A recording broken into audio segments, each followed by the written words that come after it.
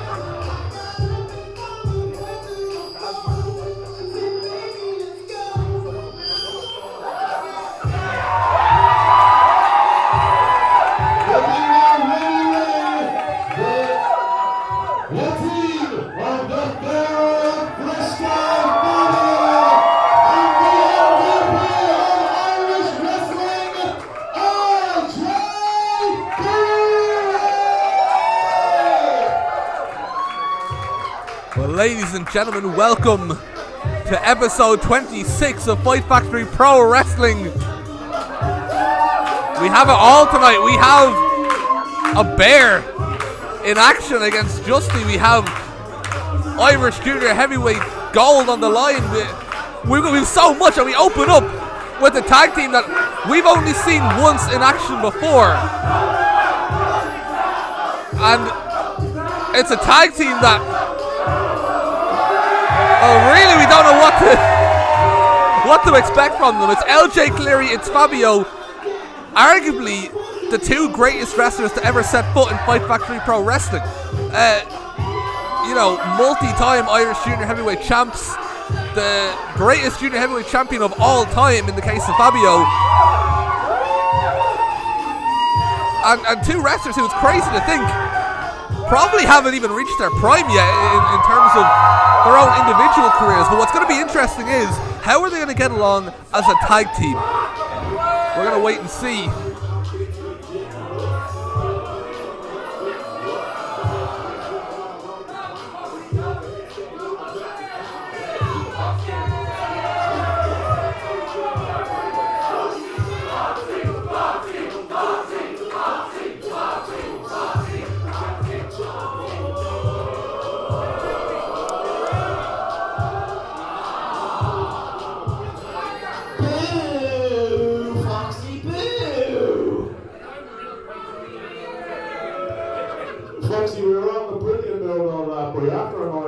That's what she said me, so. Oh, Foxy, we're only nice and love you.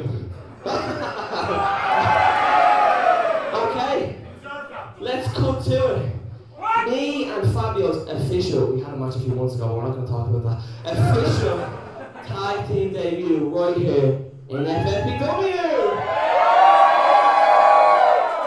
A lot of hungry, starving wrestlers back there looking to face the best. The best is exactly what we are. So let's bring us out some pop.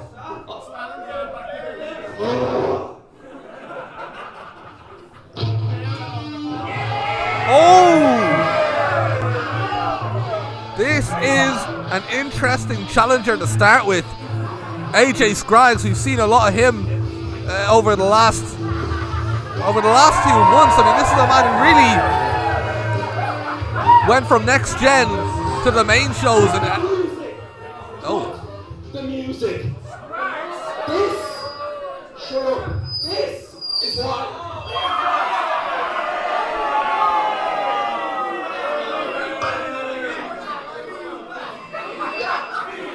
I don't need your feedback.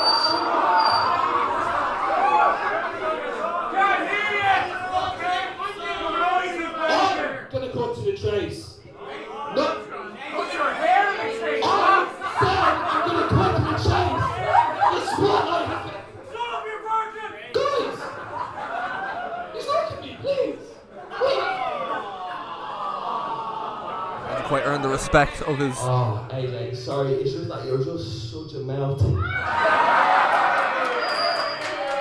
maybe someday, but honestly, it's just, like, you're a good wrestler and all, but like nobody in the back likes you. Like, everyone hates you. Oh, sorry, it's true. That's why you always get that's not true. That's why you smelly hair, smelly hoodie. You look like you get on the bus for free. That's what you look like. And look, I don't mean to be that guy, but like, it's very clear that you buy your wrestling gear off. Stay with it. Sorry.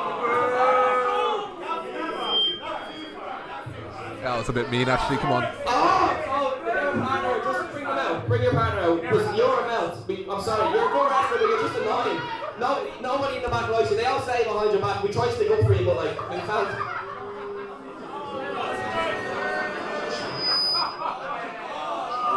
Just bring them out. Just bring them out. Play it. Tonight, on Love Island, a new boy enters the Fight Factory. Alright, Fight Factory. I am the legitimate Galacini, innit? Yeah, and I'm a geezer.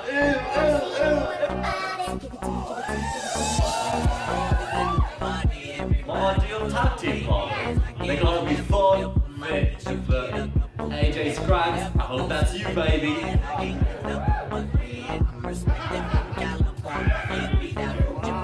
My ideal Saturday night. Birds, wrestling, and of course, dancing.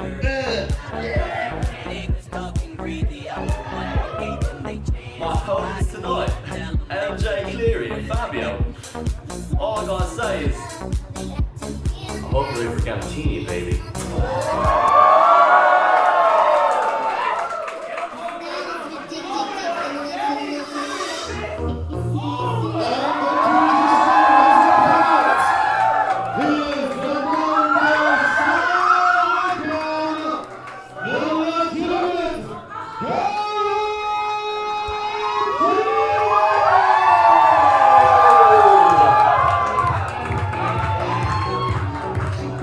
All I'll say is, if this man can wrestle even a fraction as good as his entrance makes him look, we could have a potential star on our hands. This is the legitimate Galacini. And we may not have seen him in Fight Factory Pro Wrestling before, but he is no stranger to a wrestling ring. This man has been building his name up slowly, or dare I say quite quickly actually, over the last few months, with appearances he's been making around the country, but those appearances were not with AJ Scraggs. I don't know if this is what he was ready for, but Galacini seems like somebody who can adapt to whoever his partner is.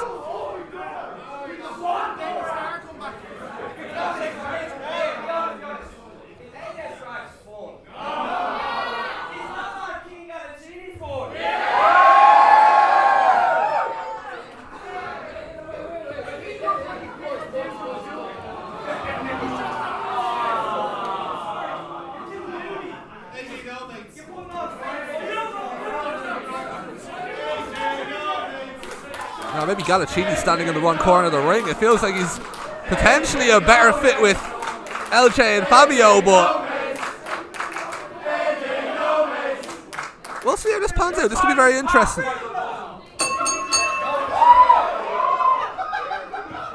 Now it's interesting. Already, Fabio, they just want Galacini in, and it could arguably be because at the end of the day, as fun as Galacini is, it is also his Fight Factory debut, and there is a chance that they know what AJ Scraggs is capable of, and perhaps they don't want to start against him. Perhaps they want an easier start. We'll wait and see.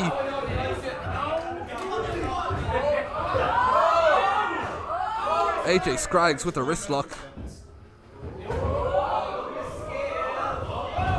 And Fabio rolls through, and I mean, he's just having fun in there. You know, they said they didn't want to talk about their their first match together against the Saviors, because this really is their tag team debut. It's their first match where they planned on teaming together. But this is potentially the next big team on our hands. I mean, we saw them against Saviors of the Destiny win really only because of interference, effectively reducing the match to a handicap match. So if that doesn't happen, really, this is a team that could potentially beat everyone here in Fight Factory Pro Wrestling. But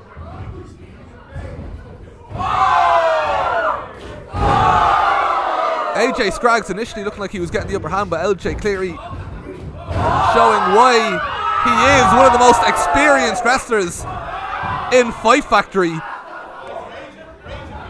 And he's just so comfortable in there. Again, it's his experience as he hits him with a picture-perfect drop kick, but also LJ Cleary's adaptability.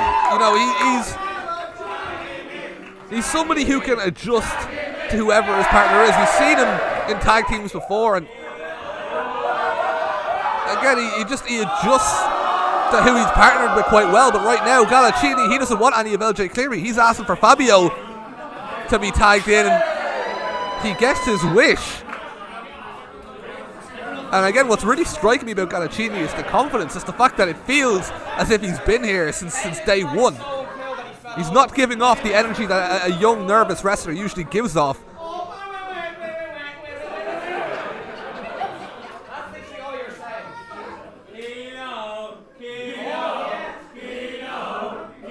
Of course, Keaton Galaccini, the best first name in all of wrestling.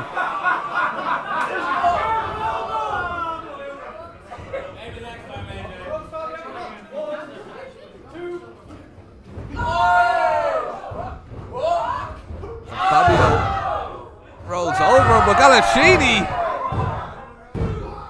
as they exchange pinfall attempts. I mean, this is the thing. When you get into an exchange like that, 1 second is all it takes. One second not going to plan, and all of a sudden, your match goes up in flames and you've taken an L. And if Galaccini was to pick up a win right now out of nowhere for his team against the greatest Irish Junior Heavyweight Champion of all time, that'd be some victory to have in your first ever Fight Factory match.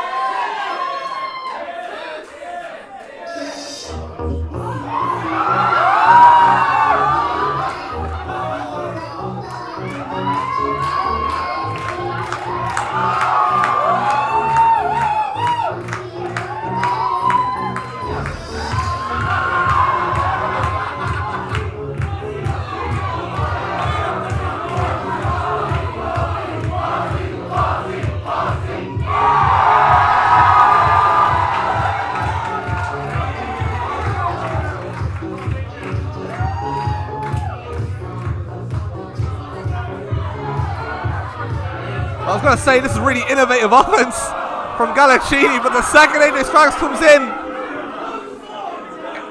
it's just not his thing. You know what I mean? Some people just naturally they're quite good at, you know, dancing and fun and parties, and others just don't have it.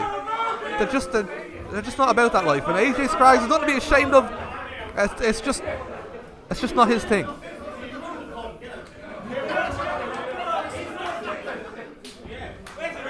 And we're back to wrestling. And AJ Scraggs comes in with some strikes. Well, this is something that AJ Scraggs is all about.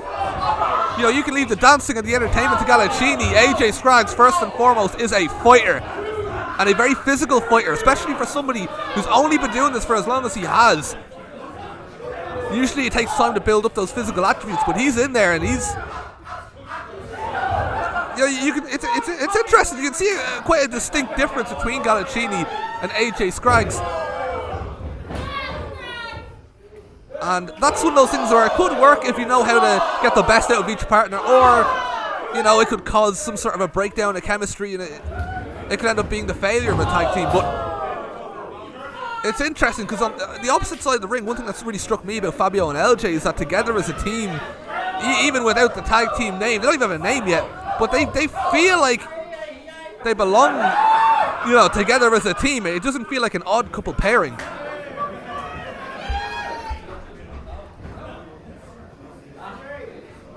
Now we're about to see AJ Spraggs and Galacini working together, and you can't fault that. Hit it to perfection, and AJ Spraggs, not forgetting about Fabio up on the apron. Great ring awareness. Those are the sort of things you're going to need to do if you want to be successful in tag team wrestling, and Galacini's in.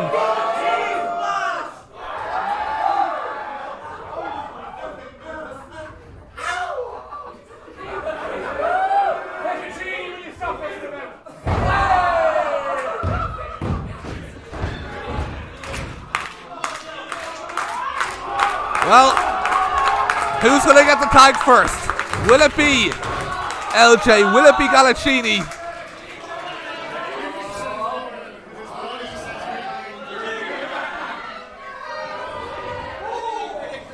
LJ Cleary gets the tag, as does Galacini. Now we've AJ Spraggs and Fabio again. And Fabio's getting the upper hand. Showing off his speed and agility. And you know, for somebody who just lost his Irish Junior Heavyweight Championship, you have to respect that Fabio seems to have taken it quite well mentally. He hasn't beaten himself up over it. He hasn't really lost any of his confidence. And lovely moonsault off the middle turnbuckle. And he still has that flair, but from behind Galacini perhaps lacking that killer instinct. Maybe he's trying to get into the head of Fabio. We'll wait and see. Is it working? AJ Spraggs coming in from behind, and I don't know if Galacini will be too happy with that.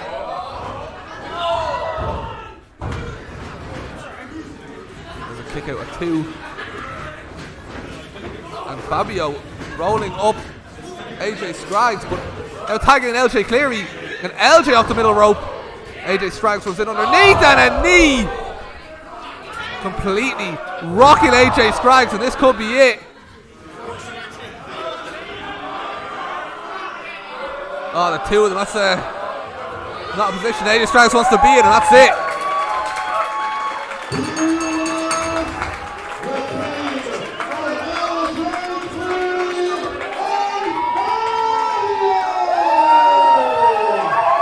A very impressive showing from LJ Cleary and Fabio. And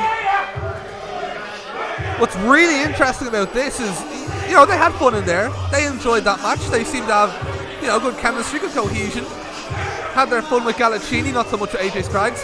But as things get more serious, as the level of opponent starts to rise for LJ Cleary and Fabio, they look like a team really that could take it as far as they want. They look like a team really that, dare I say, you know, we've got a tag team match later on, JB and Party Boy against Sabres of Destiny.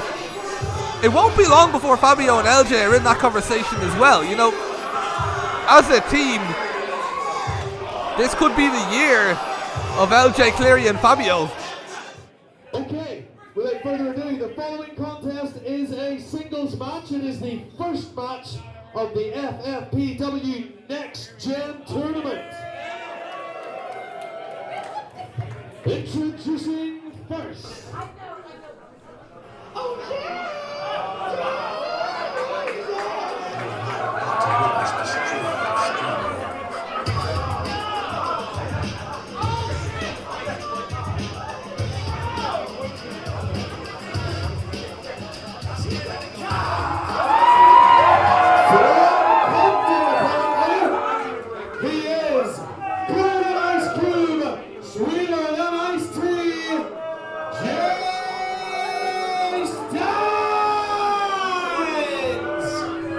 This is Gangland. This is Jay Steins. This is also someone who, I mean, former #1 contender for the Irish Junior Heavyweight Championship. You know, brought Fabio to his limits in the 15 seconds or so that he wrestled him on 3 different occasions in one night. Gonna be very interesting to see. Introducing his opponent. Gonna be interesting to see if he gets on the first round of this major tournament.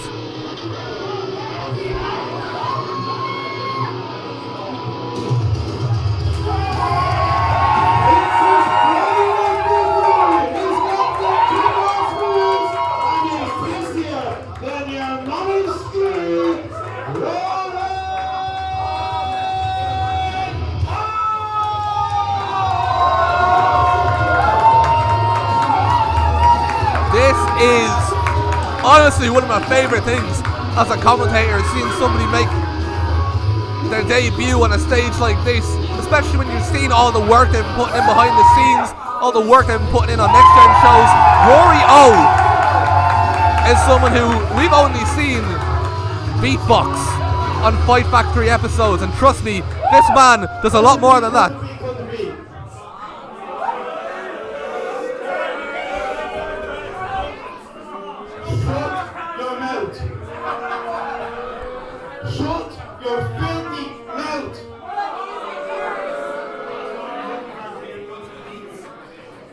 Now, unfortunately, I come here with a little bit of bad news tonight. What? You heard about this?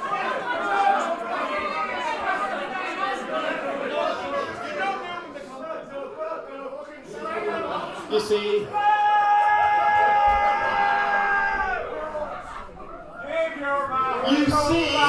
the ringleader of the bit of folk pro tonight.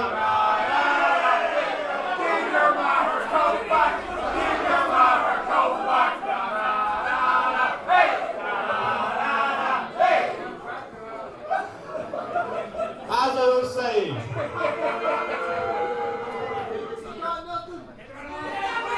the ringleader has a bit of a sore throat tonight, so if you keep it down, that would be great. Well, that's a warrior right there, wrestling with a sore throat. That's gangland. And unfortunately, I will not be able to do a rap for you tonight. It's hard for the audience to hide their sadness, but Best rapper in the country, what are you talking about?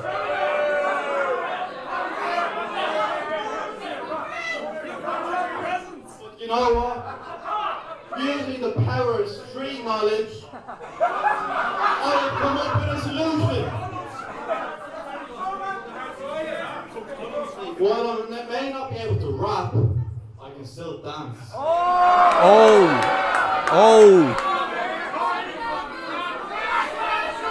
So I propose we have ourselves a little dance off.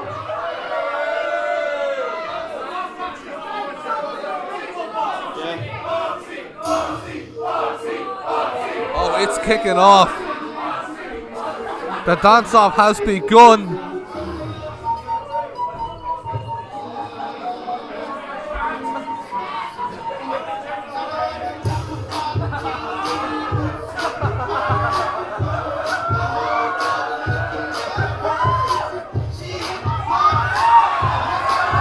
This is I mean, it's an attempt. It's look, I know I'm not in a position to be critiquing anyone else's dance moves, but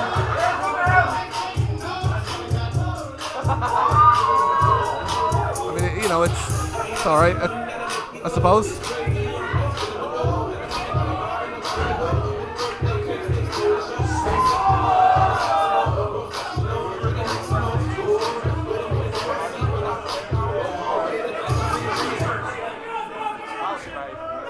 Is Foxy gonna throw up the X? I think he might have to. This looks pretty serious. I mean, those are the risks when you do a dance off. You know, don't try this at home. These are semi-trained amateurs. I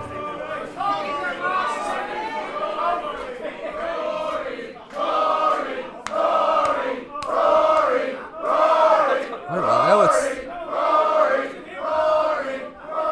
Now it's Rory's turn to.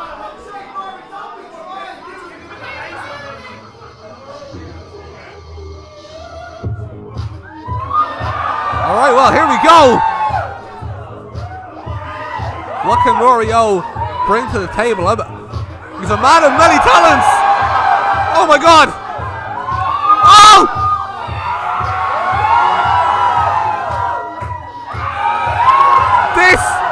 This is unbelievable. This is some of the greatest dancing I've ever seen in my entire life.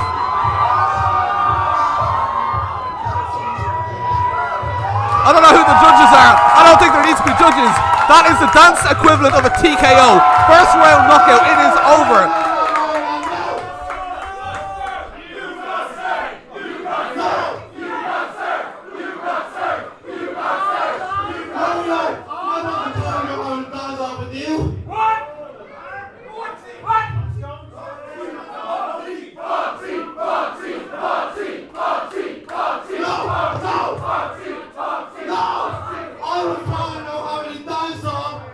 With a member of the Fight Factory audience.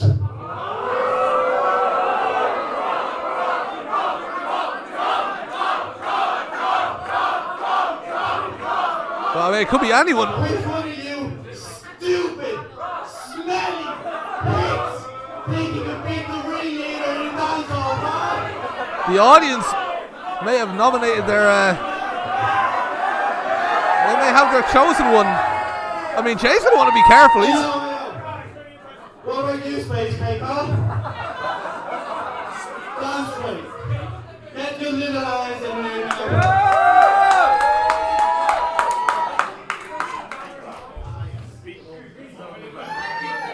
What are you doing, huh? Hey! Hey!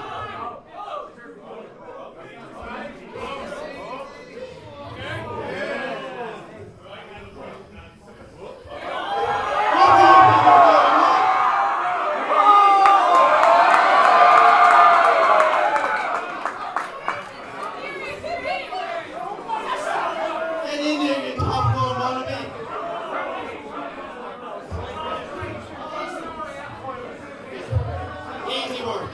Go ahead.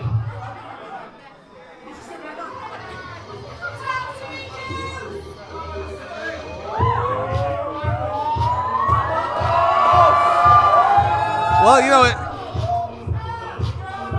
it takes a lot of courage to step into a wrestling ring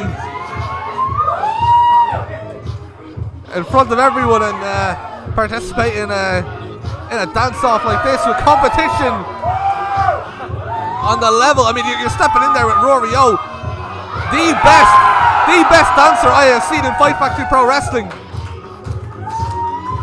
I mean, well, Jay can't do that. That's a member of our audience. You can't do that, Jay Steins. There's going to be a lot of legal trouble now for Fight Factory management to be dealing with. But Rory from behind with the strikes, and Jay Steins, he's escaping out of the ring. He's off. That's street. I mean, I would call it fight IQ, maybe ring awareness. He would perhaps refer to it as street knowledge.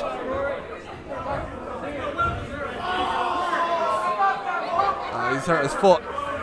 He's hurt his foot, and Rory, will he be able to take advantage of that?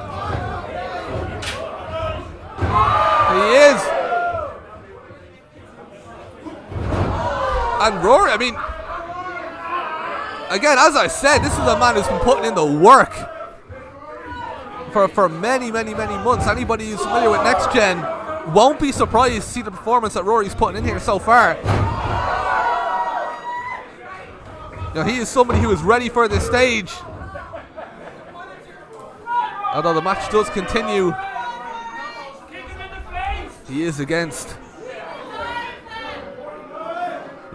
Jay Steins. So I mean, the level of competition is high, but Jay Steins, this is somebody who's, his last two fights were against a champion and a man who is now #1 contender. So, when you look at the stats, it could be a case of Jay Steins. Yes, his win-loss record isn't great, but he has had a high level of competition. So who knows? Maybe, as much as Jay Steins might not like to be slapped with the Next Gen label, perhaps he sees himself as above it. Maybe for him, this is the start of a journey to redemption of sorts. For Jay Steins, potentially, it's his way of staking his claim and saying, look, I'm serious. But it's a tough test for him because Rory, I mean, again, I very much believe that Rory is ready for this. He's ready for this level.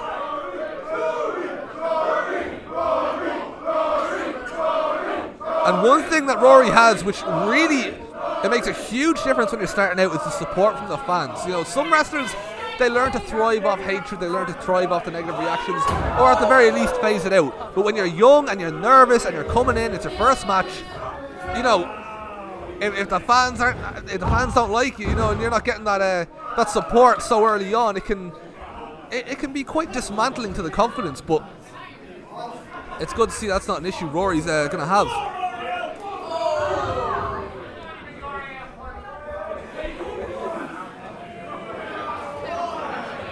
Jay Steins with the Irish whip to Rory. Oh, but Rory firing back with a clothesline. And another. Picture perfect from Rory, the precision.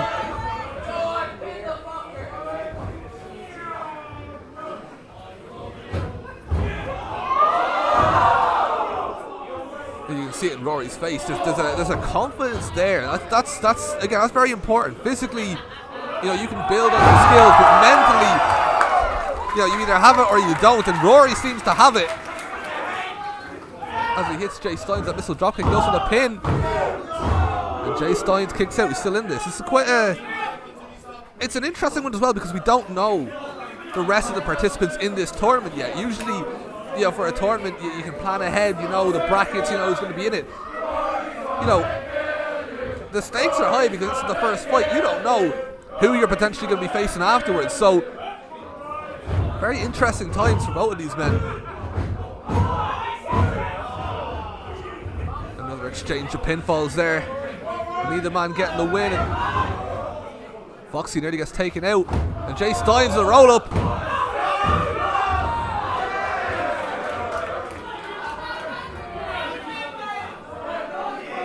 And now Jay Steins is getting distracted. He's going to want to be careful from behind. Rory seizing him up and putting him away. And that's it! Rory's in round 2!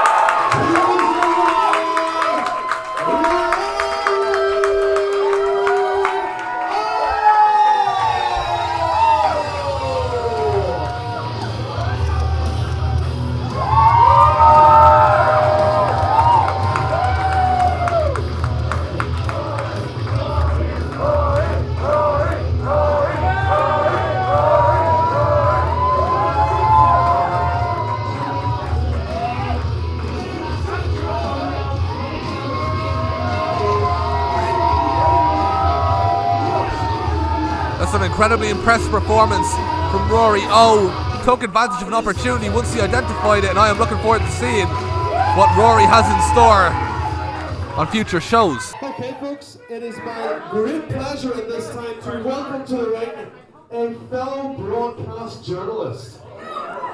Folks, please welcome to the ring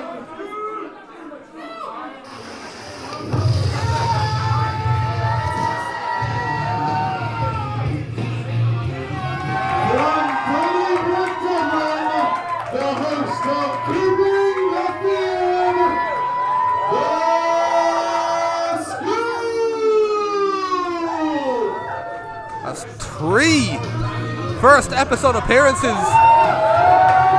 our first 3 matches here at Fight Factory Pro. I'm excited for this. Debut live edition of Keeping the Faith. Tonight I promised you a very special guest. I'm not going to keep them waiting. I'm not going to keep you waiting.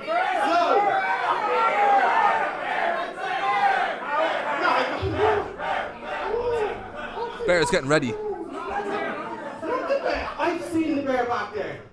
It's good luck to you, lads. I won't be out here. Good luck to you. But getting back on track, I'm going to introduce my guest. I'm not going to keep you guys waiting. Everybody put your hands together for the Ballymun Monster.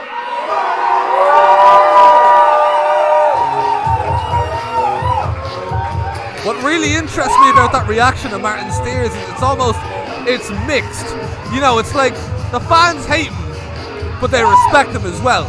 Because what he's shown over the last year is that as much of an arsehole as he may be, he does have incredible ability to back it up. There's no denying that. So that's where that sort of that mixed reaction comes from.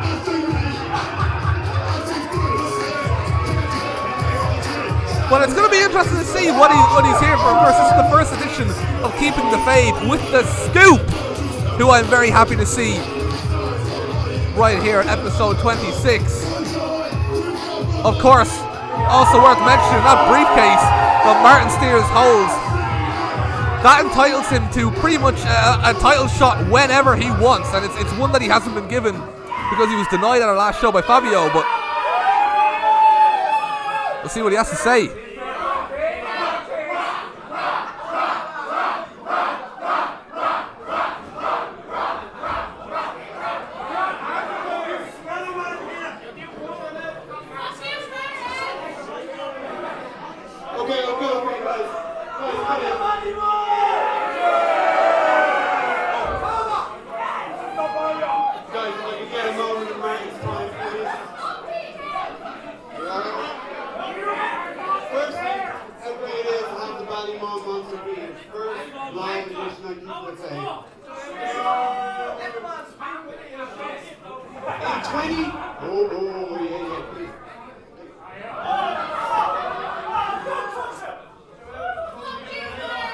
Okay, in 2022, Martin, you were everywhere. You did nearly everything.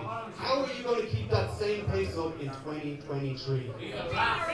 2023 is going to be the year that the Ballymore Monster becomes the new Irish Junior Heavyweight Champion.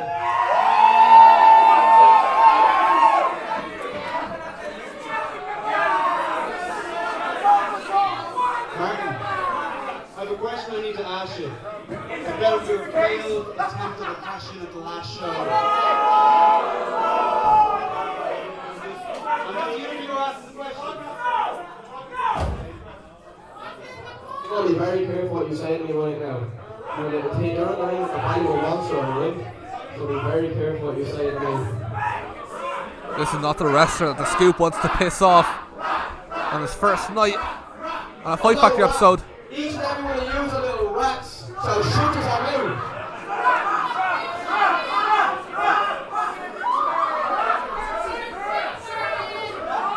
Man, are we alright? No! Can we salvage this?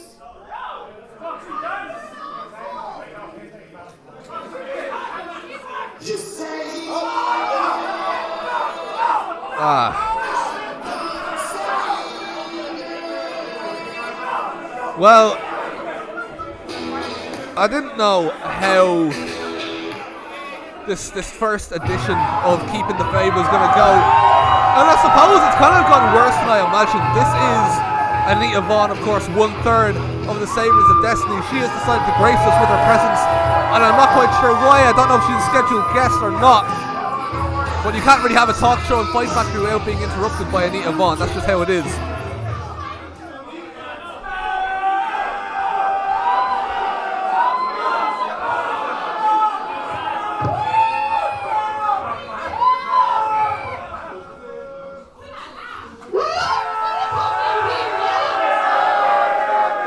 I don't think this is even a mixed reaction, this is just pure hatred.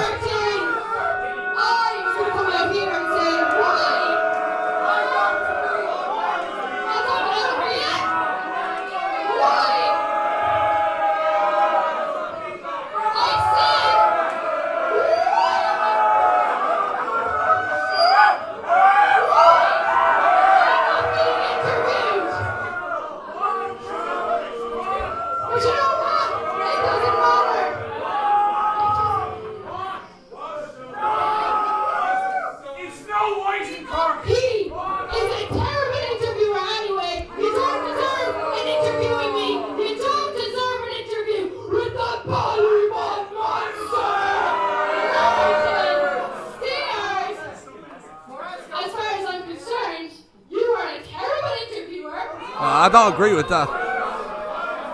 This is profession. You are not even a wrestler. Well. So tell me why am I even letting you in this ring right now? Get out of the ring now.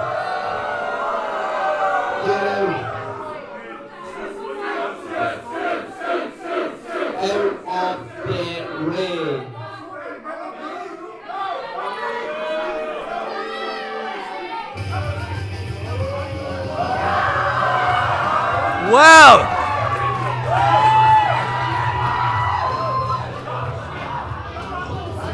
the tables have turned slightly,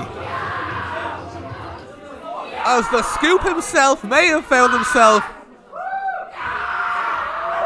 probably the most random ally he could have gotten, but certainly not one that he'll be unhappy with. Jungle Jill. Well, I guess we have a tag team match on our hands. Jungle Jill. I mean, this is somebody who has solidified themselves as a part of the Fight Factory roster. This is somebody who forced management to keep bringing her back, because every time she showed up, she brought it. She got results. And now the Scoop, who's apparently not a professional wrestler, I think he's trying to put that myth to bed. But this is interesting. This is Martin Steers and Anita Vaughn in a tag team. We've never seen this before. I feel like personality-wise, they might mesh well together. But stylistically, it's going to be interesting. Of course, I mean, the Scoop and Jungle Jill haven't been in a tag team either, and they seem like complete polar opposites, so we'll see how this goes. But very interesting. Of course, Jungle Jill, she has her history with Anita Vaughn, and that's what motivated her to make her entrance and get involved in this situation. But I mean, this really is trial by fire. I mean, the Scoop, he looks comfortable so far, but I mean, you know, it's his first match and he's in here against, you know, with respect to Jay Steins, this is no Jay Steins. This is, you know, this is Martin Steers. This is the Ballymun Monster. This is the man holding a briefcase that'll give him a guaranteed Irish Junior Heavyweight Championship match whenever he wants it. And yet still, the Scoop is out here looking comfortable as he tags in Jungle Jill.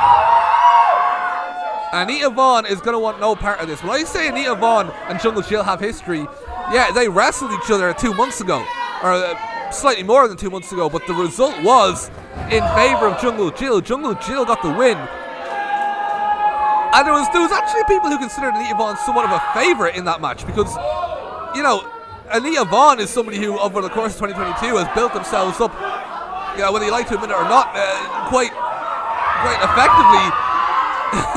But, you know, she came in there and Jungle Jill was fearless, and that was the thing. When Anita Vaughn steps in there with Jungle Jill, there is a fear in the eyes of Anita Vaughn that you don't see with other opponents. Jungle Jill has that fear factor. She's able to intimidate opponents as well as beat them from a physical standpoint, and Martin Steers getting involved and eats a forearm for his troubles, but from behind, in comes Anita Vaughn, taking advantage of the opportunity. And that's something Anita Vaughn does better than anyone else, taking advantage of opportunities when they present themselves. And if Anita Vaughn is able to slow Jungle Jill down, that is going to be the key to victory for her. She tags in Martin Steers.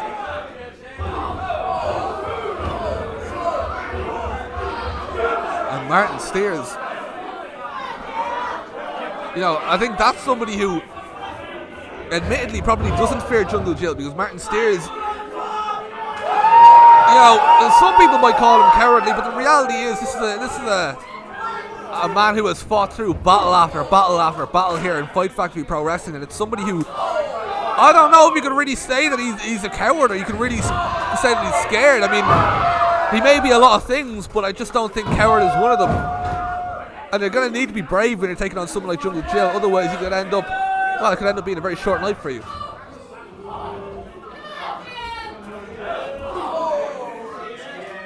Anita Vaughn tagging in Martin Steers. You know, it is always interesting seeing the dynamic of, as we've seen earlier tonight, of brand new tag teams forming and teaming together for the first time. Sometimes it gels, sometimes it works, sometimes it's an absolute disaster. Even on our last show, we saw Jungle Jill with Thibaut Hendrick, and that didn't work out. And it wasn't because of Jungle Jill's singles ability, it was purely because the team dynamic just didn't work. And I'm just noticing, you know, Anita Vaughn and Martin Steers, they seem to click, they seem to have that really strong team dynamic. Of course, Martin Steers, a tag team specialist in his own right. I mean, that's where the hatred for this man comes from. He was part of the most exciting tag team in Irish wrestling history. And of course, he put that tag team to an end. And he's calling for another tag, and this is what I mean, quick tags, in and out. Sharing the workload, that's something they're doing very, very well here. But Jungle Jill gets a boot up and counters Martin Steers, gets Anita Vaughn off the apron and goes to tag in the scoop, but doesn't quite reach. Martin Steers doing everything he can to prevent the scoop from coming in, because despite his lack of experience and so on, I mean, the scoop right now is full of energy, and that is an advantage that he will have over everyone in this match. Anita Vaughn, Martin Steers, and in he comes, and the scoop, showing no fear himself as he takes on Martin Steers. And this is really excellent work from the scoop. I mean, if you want to make your debut on the big stage, this is how you do it.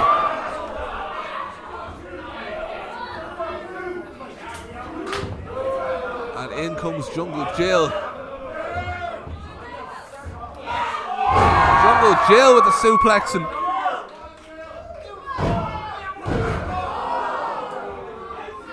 the match continues. Anita Vaughn with a kick to the scoop.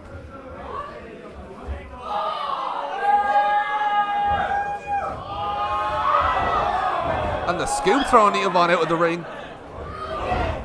But in comes Martin Steers. Martin Steers now throwing out the scoop.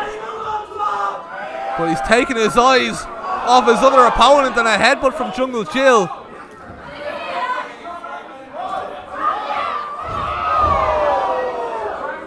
And this could be it. Jungle Jill. Well, I was going to say, if Jungle Jill managed to pin Martin Steers in the middle of a Fight Factory ring, that elevates her to a whole new level. I mean, that Martin Steers is up there with the top wrestlers on this roster, and off the top. Oh, well, the scoop got absolutely none of that in the springboard stunner. This could be it. And it is.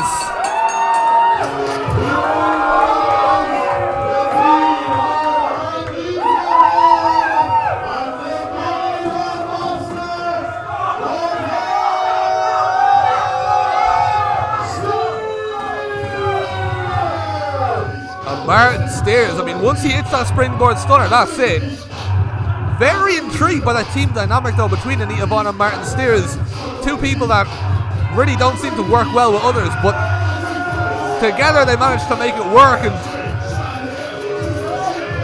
you know, I do notice Anita Vaughn looking at that briefcase for a split second, but either way, it's another win in the win column for Martin Steers and Anita Vaughn. And fair play to the scoop, fair play to Jungle Jill for the effort, but there's a reason these people are where they are in the Fight Factory food chain. 2022 really has been the year of the saviors. We have conquered. And for any of you that were here on the last show, you saw us go through hell, toe tags, tables, baseball bats, true tables, off ladders. And we prevailed. We beat PB&J, and we proved we're the #1 tag team in Irish wrestling. Call to action on the cards, perhaps. Oh, caught by the roundhouse. Yeah, looking for the call to action, but Party Boy providing a distraction, and now, wait a minute! Wait a minute!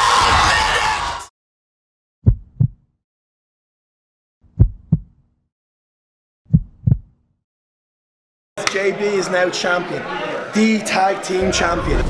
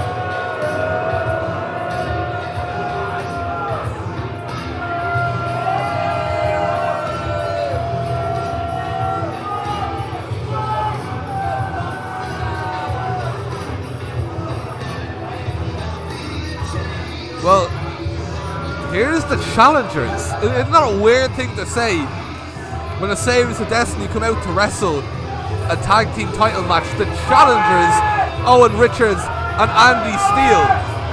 And I say the challengers because, you know, this is a team who beat everyone there was to beat. This is a team who are on top of the world. This is a team who have been through, again, battles against likes of Team PB&J and so on and so forth. But on zero notice, they took on JB and Party Boy, and in a shocking turn of events, we find ourselves with brand new tag team champions. We find ourselves in a position where our tag team champions are JB and Party Boy, a team that really up until that night weren't even a team. I mean, they almost wrestled their tag team matches as handicap matches. JB had such little trust in Party Boy that he wasn't willing to share the workload. He wanted to do it all himself, despite his win-loss record suggesting it's a bad idea. But over time, Party Boy is taking bullet after bullet for JB, and you know, you might question somebody like Party Boy, and you might think, you know, does he take it seriously enough? Is he focused enough? Are JB and Party Boy mentally in a position to be champions? But the reality is, Party Boy took bullet after bullet for JB, and he doesn't fear taking the physical punishment that's required for JB to take advantage and somehow manage to scratch and claw out a win. You know, and snatching victory out of the jaws of defeat is something that JB and Party Boy now seem to be almost specialists in. It's really bizarre seeing these entrances. It's a set of entrances I never thought I'd see, as Party Boy and JB brandish around these belts, and you just see the Sabres of Destiny looking on in the background in the darkness with nothing, and it doesn't feel right, but all you can do is enjoy the moment. Because at the end of the day, underdogs or not, JB and Party Boy have earned those titles. You know, there was no interference, no cheating, no bullshit. They won those titles fair and square off what many consider to be the tag team in Ireland. Ladies and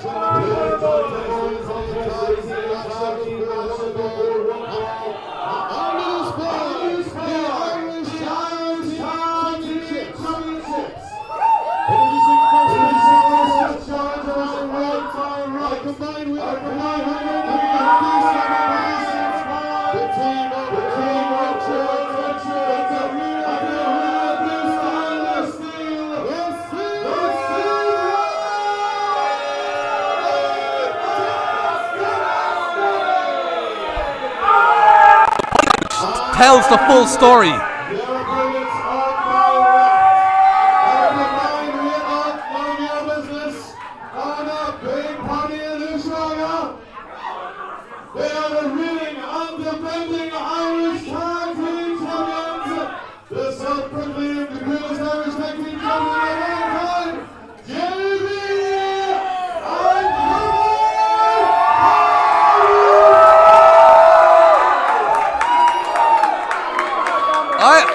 You know what? This is going to sound really weird, but I'm a bit anxious about this match. I'm a bit anxious. I feel like, you know, this is not December anymore. You know, the party's over. You know, you look at the eyes and the body language of Owen Richards and Andy Steele, not even doing their usual salute, their gesture, their taunt, just ignoring it. They're just, you know, they haven't picked up a microphone, they haven't spoken, they haven't said anything. And I know many fans might enjoy that, they might rejoice. I'll be honest, it scares me. This is a focused Sabres of Destiny, and Sabres of Destiny were already an incredibly focused tag team to begin with, an incredibly talented tag team to begin with, but now it's like there's just no more messing. It's just, they've obsessed over this match ever since this match needed to take place after they lost the first one. And it scares me. I dread to think what Andy Steele and Owen Richards are going to do to the likes of Party Boy and JB.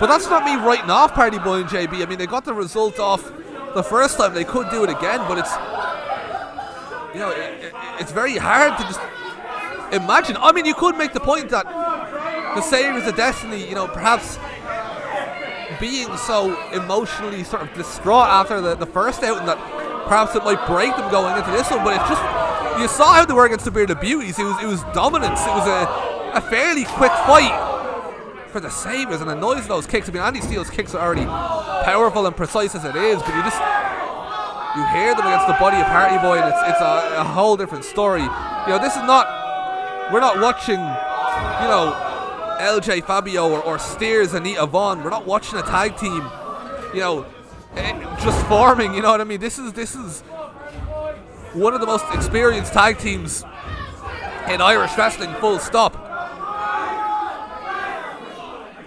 And on top of a whole new level of mental strength and focus, again, it's worrying. But you also have to ask the question, was it a freak result? Was it just Party Boy and JB taking advantage when the Saviors weren't, you know, at their most focused or at their most serious? Or could this be, you know, could this just be a team that has the Saviors number? That happens as well in wrestling. We see it in combat sports all the time with Pereira and Adesanya. Sometimes one team might be the absolute best, but one other team has its number. It could be the Mönchengladbach to the Bayern. You know, it's. We're just gonna have to wait and see. But again, I mean, you look at the viciousness of the Saviors. It's like, ironically, on a show with a bear, this feels more like an animal, you know, devouring its prey. This is, again, it's uncomfortable. That's the word I'd use. It's uncomfortable seeing the Saviors like this. But for the Saviors, I mean, if you're one of the few Saviors fans out there, it's probably effective, you know.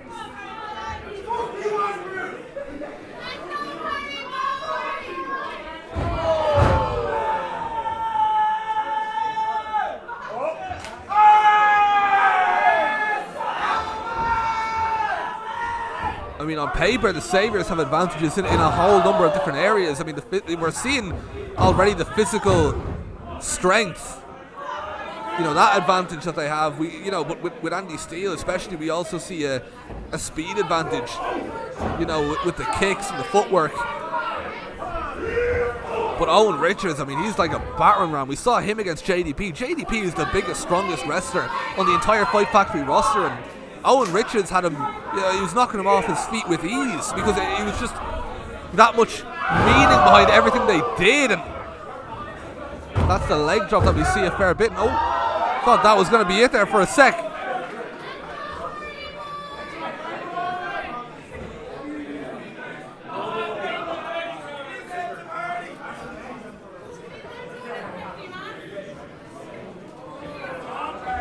Oh, Andy Steele. Just doing what Andy Steele does best. Party Boy, and now we're seeing Party Boy's strength. What we're seeing is something that what I was going to say is the heart of Party Boy, basically, his willingness to fight back, his mental durability, the fact that he believes in himself even when others don't.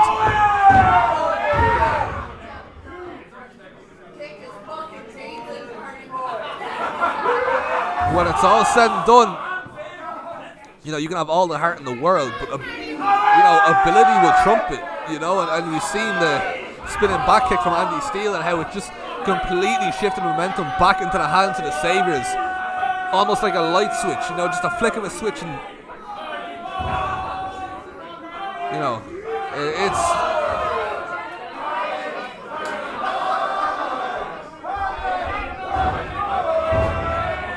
Oh, Party Boy's fighting back and off the top, Andy Steele.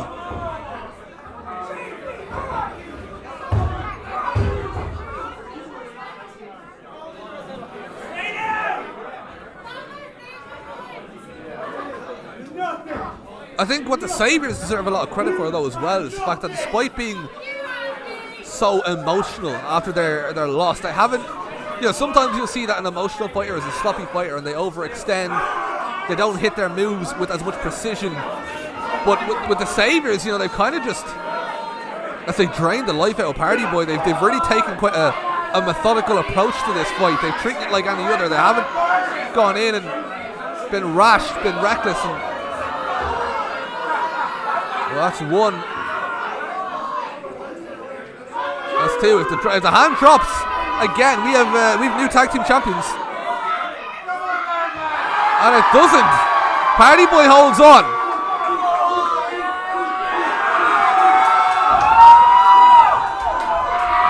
Party Boy's fighting back. Party Boy, and again a drop kick just cuts him off. Seems to be the story of the fight. Party Boy won't give up, and that is admirable. But he's not able to string together enough of an attack against the Saviors to really do any damage or swing the result in his favor.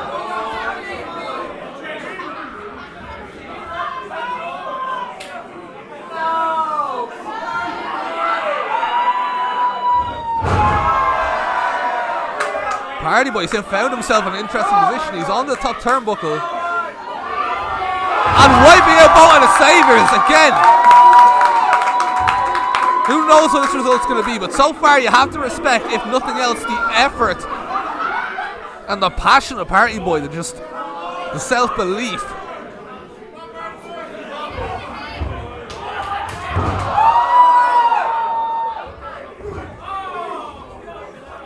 And Party Boy, just when he thought he was going to tag in JB ripped off the top turnbuckle, or off the apron I should say.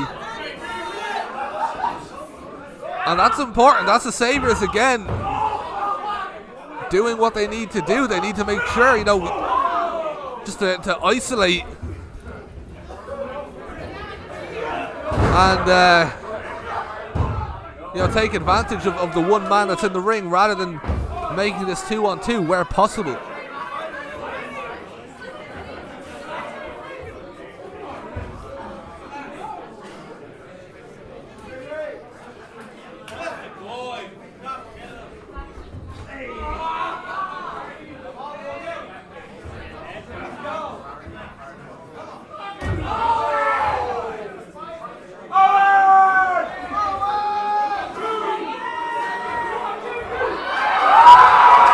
JB, he's getting fired up on the apron. When do we ever see JB this passionate, this fired up to go in and help his partner? This is a whole new, I mean, JB and Party Boy, they are now a team. JB and Party Boy, and JB's tagged in. And the look in the eyes of JB when he got tagged in is something I have never seen before. This is a JB that is ready to kill. This is a JB that's ready to do everything in his power to save those tag team titles. But again, the Saviors managing to just cut off momentum.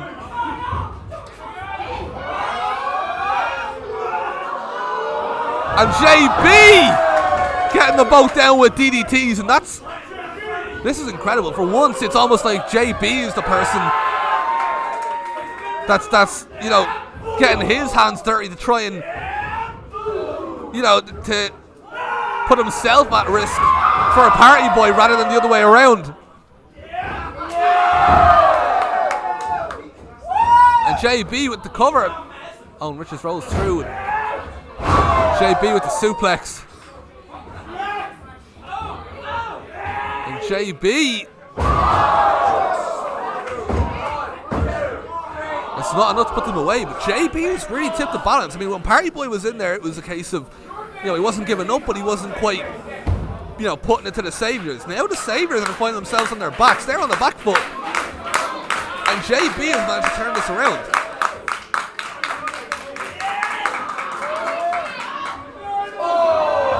And spin it back at Commanding Steel. Oh, and Richards with a clothesline.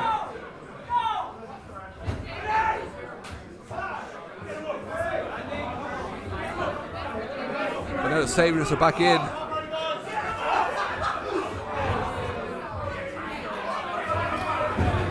JB rolls through, and comes Party Boy. So Party Boy's back in, and a spear to Andy Steele. I don't think the Sabres were aware that Party Boy had that sort of strength to wipe out Andy Steele with that spear, and that's the Party Bag. Oh, and Anita Vaughn has to come out just when it looked like JB and Party Boy were about to pull off what will be an unbelievable result.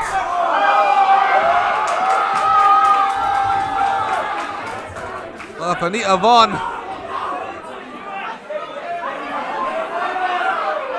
Well, Anita Vaughn may be the difference maker here because she is now causing... Oh! Well, I was going to say some sort of dissension between Party Boy and JB. Oh! And Foxy's down. And they hit the Party Bag on Anita Vaughn, but Foxy is down.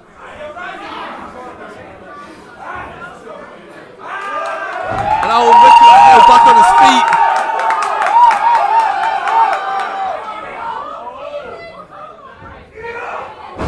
And the Sabres.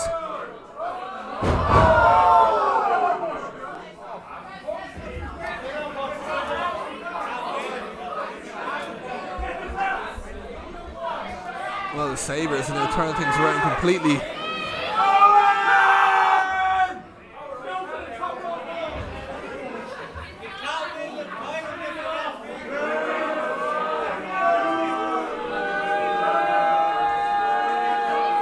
Well, there's no point in asking, would the Sabres, cheat or use belts or use weapons? This is the Sabres of Destiny. This is a team that will do anything they need to do in order to win. They don't ask questions. They just get it done. And JB taking the bullet for Party Boy. When have we ever seen JB do anything like that? When have we ever seen JB do anything like that? And look at the face of Party Boy. Party Boy's fuming. He ducks underneath the Sabres. And Party Boy with a spear, wiping out Owen Richards and Andy Steele. And could this be the night that JB and Party Boy establishes themselves as the new face of Fight Factory's tag team division? They were not one-time underdog freak result tag champions. These are, in comes Anita Vaughn and a low blow to Party Boy, and she can get away with that because the ref is down. Foxy didn't catch any of that because, of course, if he did, that'd be all over for the Sabres. And the call to action.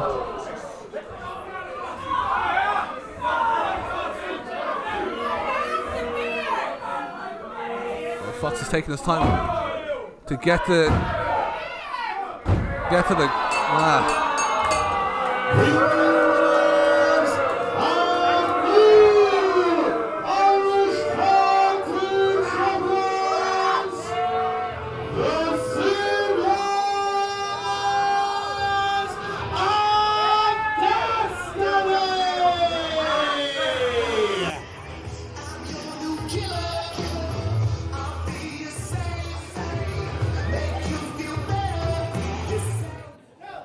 The following contest is an all towels on legal match. And it is scheduled for whatever an all towels on legal match is scheduled for. Is it beautiful? There we go. Introducing first.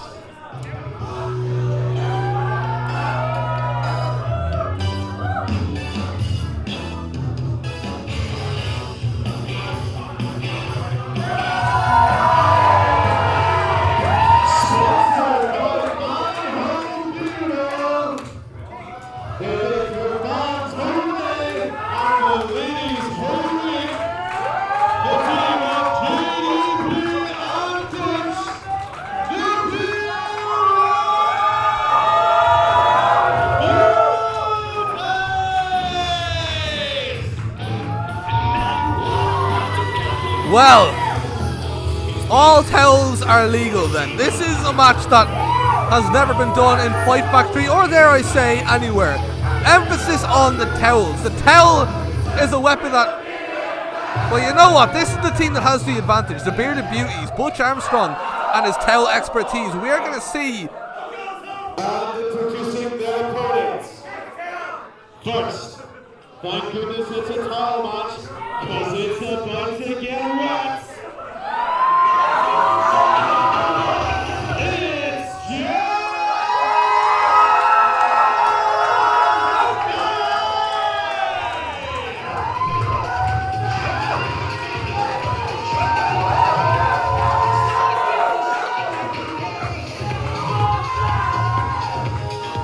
This is going to be interesting. How is J Money going to adapt to the all towels are legal rule? I mean, he's dressed for the occasion. He's ready. He's, again, he looks like he's prepared, but looking like you're prepared for an all towels are legal match and actually being prepared is two very different things. As we're about to find out, I mean, we don't have any matches to base that off, but I'm gonna assume that's the case.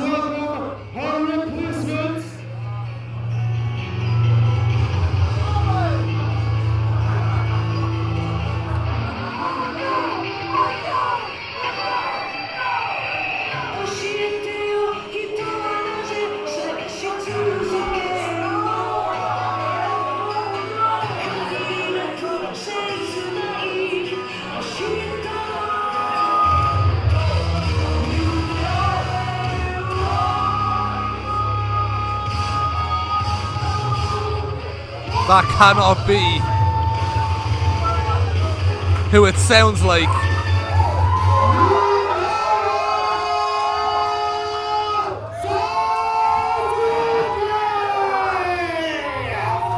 No way. No way.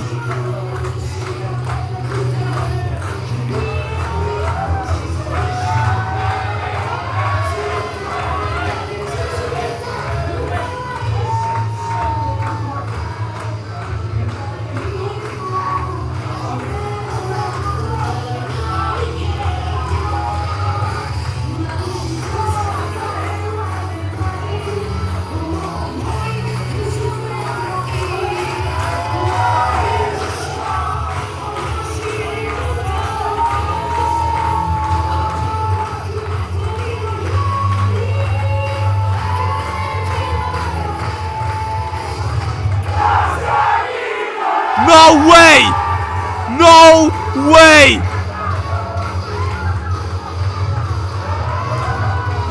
In the Fight Factory for the first time ever, Japanese wrestling legend Minoru Suzuki.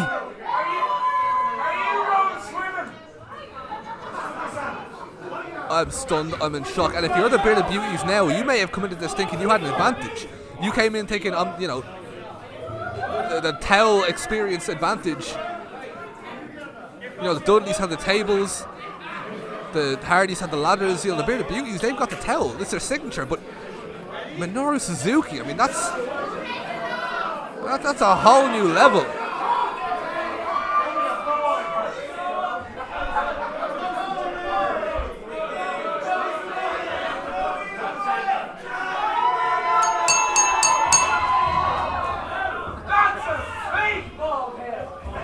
Alright, well here we go. We have a towel standoff of sorts.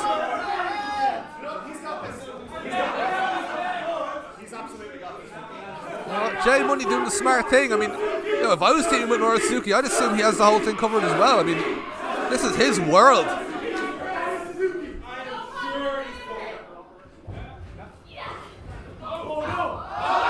Oh! From behind, this could choke out JDP, but JDP running Suzuki back into the corner. Oh, Butch Armstrong. I mean, he certainly would not have.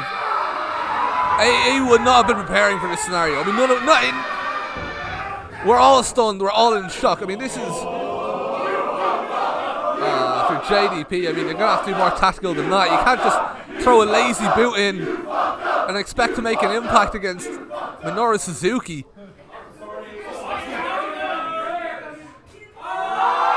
Wait, what? What?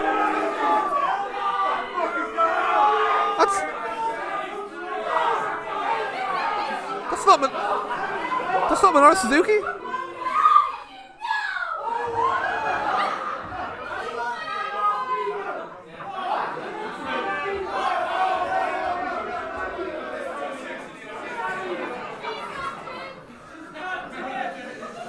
No, he's right. Tits aren't tells.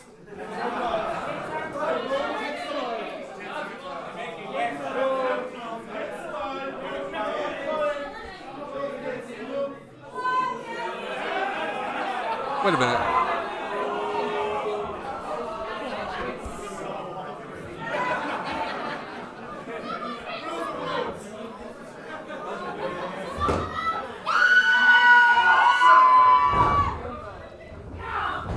Right, well, it appears to be Death Proof Debbie, and it appears it's not. It might not be Suzuki after all, but it's still someone who could potentially bring something to this. All tells are legal affair, and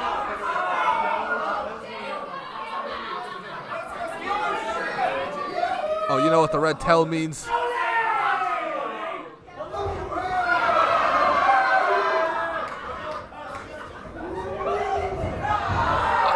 Butch Armstrong, of course, has 4 years experience as a bull matador in Spain. Don't forget, this is his. I mean, he's very much in his element here. I mean, Jay Money, this is, again, this is a situation he's not, overly familiar with. He hasn't been a bull in a Fight Factory Pro Wrestling before, and it's not easy. But in comes Death Proof Debbie. I mean,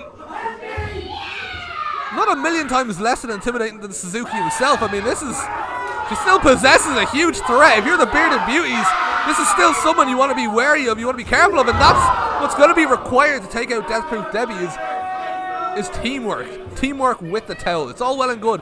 One wrestler using the towel is dangerous, but two, I mean, that's effective, especially when those two are the Bearded Beauties themselves. What?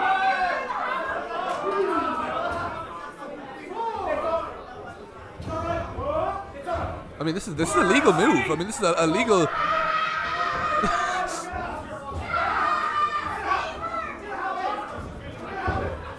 How does Jay Money navigate this? Yeah, that's what I mean. It's,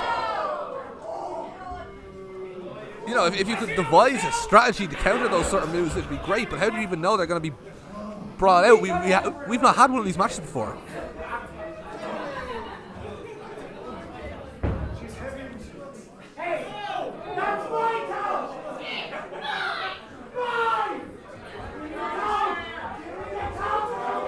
These are not two people that I'd ever want to see argue over towels.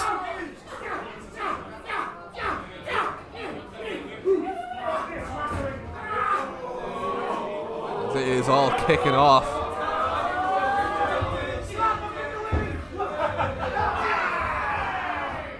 This is elite technical towel wrestling. A lot of people might not be familiar with it, but it's one of those sort of underrated art forms, underrated sports that just, people don't understand how difficult it is really to put. Oh! And JDP with the upper hand, taking out everyone, even his own partner. But he won't mind that as long as Debbie and Jay Money are off their feet.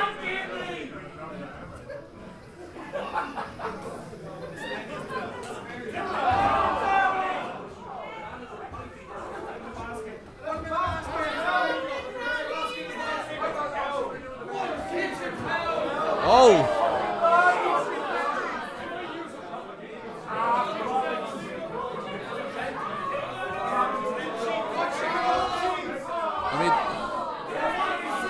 protection roll. I don't know if that's. I mean, it's a paper towel. You know what I mean? So I guess it works, but it doesn't seem like the most effective. It doesn't feel like the most effective weapon of choice when you're taking on someone like JDP.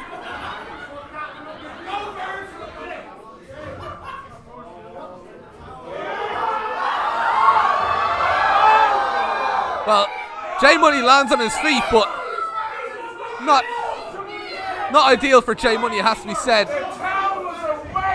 And JDP! Okay, J Money might just be out. That was rough.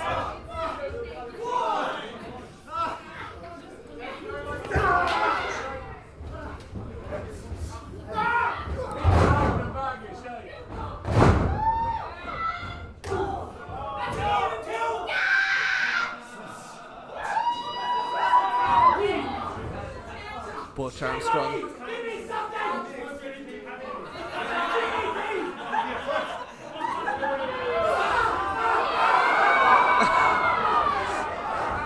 Butch Armstrong.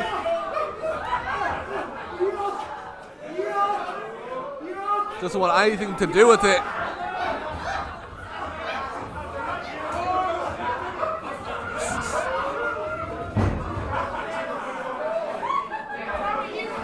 As far as weapons go, that was probably not the most effective, it has to be said. And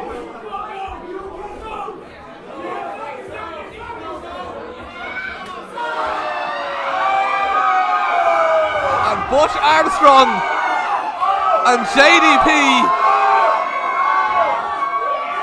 are in a whole world that they don't want to be in right now.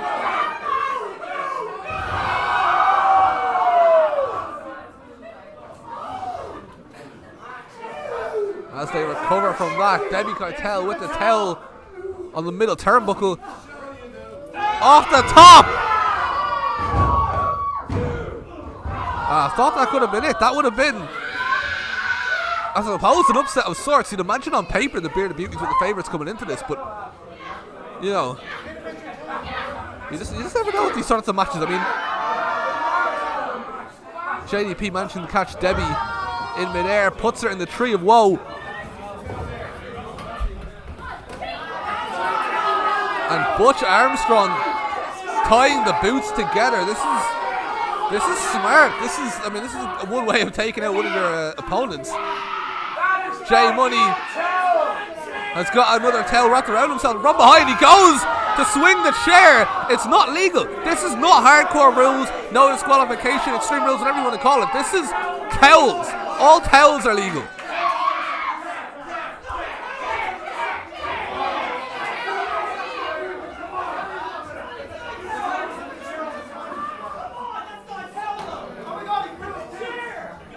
Oh, this is smart. This is fight IQ from Butch and JDP.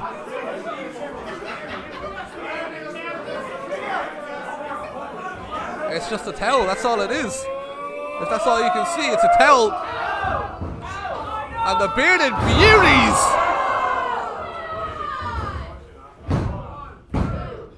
putting J Money away.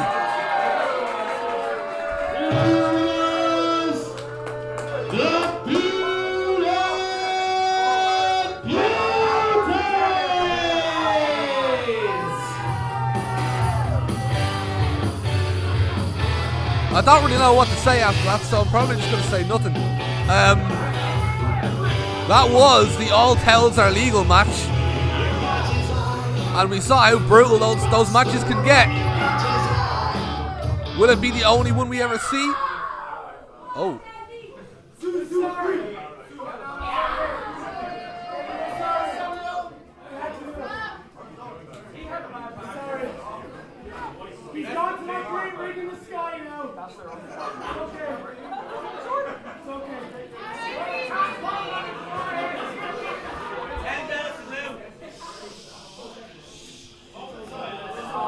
That's a sad ending to what was actually, it's quite a beautiful match, but it was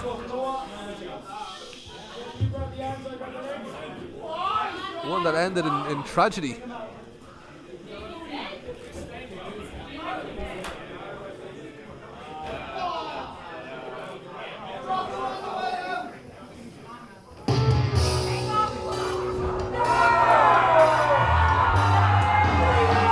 Look, it would have been nice for the Bearded Beauties maybe to show a bit of respect, but when your theme song hits, you have to celebrate. You can't blame them for that. And a great win for the Bearded Beauties. You know, they came in as favourites, managed to get the job done. It's not always easy, even if it is your signature weapon, but it just goes to show the value of having a signature weapon. And now we know how dangerous the towel can be in a professional wrestling setting. I can tell you that we do have a number of safety rules that is very, very important, guys, for everybody's health and safety, that we observe these during the next little while, okay? At the end of the day, this bear is trained, but it is, at the end of the day, it's a wild animal, so anything can happen, so we must keep you guys as safe as possible. I will tell you, please do not offer the bear any food.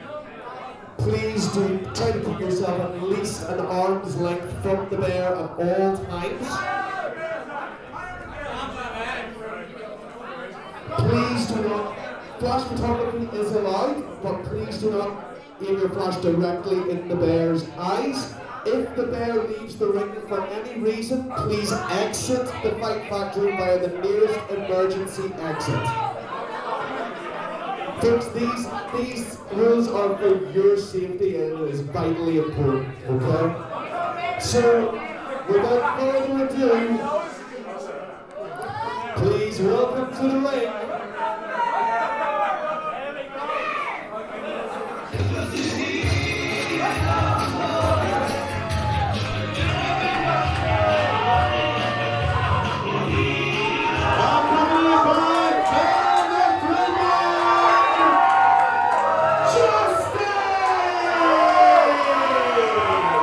You know when you make plans to, you know, do something at the weekend or hang out with mates or whatever, and it seems like a really good idea at the time, but then as you get closer to the date or on the date itself, you're kind of not really, you're kind of like, I don't know if that was the best idea. Now, I'm not saying TPP and Jay necessarily feel that way, but I'm just saying, just about to fight a bear, an actual real life bear, surely you have to be feeling something along those lines, a little bit of regret. Can I just ask you all to please remain calm, okay, and please respectfully and at a distance welcome the bear. Oh fuck. Alright, if it comes anywhere near me, I'm running, I'm out. Whoa, look, we all want to get to the bear, okay, we wait a long time. Right, but I just want to say that, look, I'm definitely afraid of bears too. So, I'm just going to pop into the back on an unbear related matter, just to focus on the main event, the rest of the card. So if I don't get out and see you for the rest of this match, I just want to wish you the best of luck, pal, alright? Yeah, okay? Right? Alright Phil, you go get the bear. Alright Phil. Alright. Go get the bear, Phil.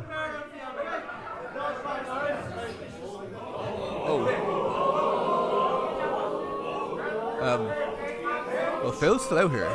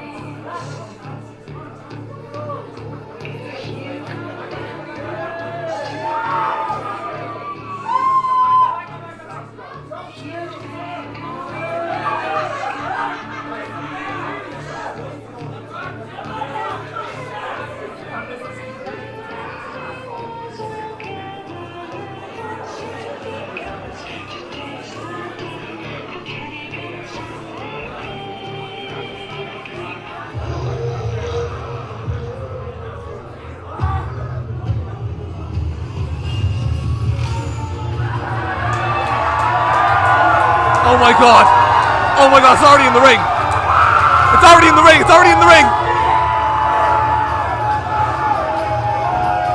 Oh, who sanctioned this fight, man? This is...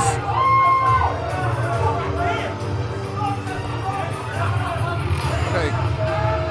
The bear seems to be tamed, seems to be in the corner, right? We'll just, at the very least... At the very least, can we just... You know, get the bear calm before the fight, at the very least. Now, this is somebody who's been out in the wild for years, torn people to shreds with their bare hands.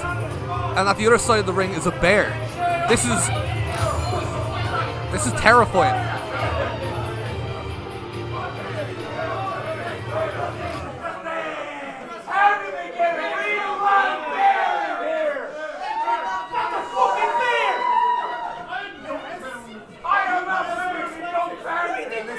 Shit.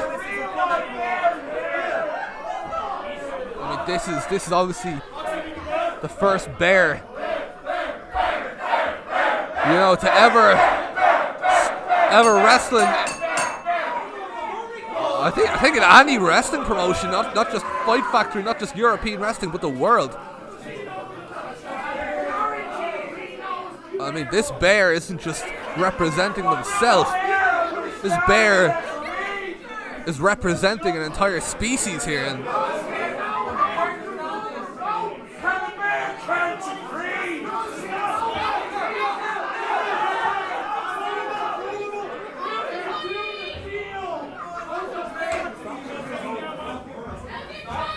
I mean, what must be going through the head of Justy? I mean, how do you approach a wrestling match? I mean, with a bear, does it even understand the rules? Oh shite! Oh bollocks!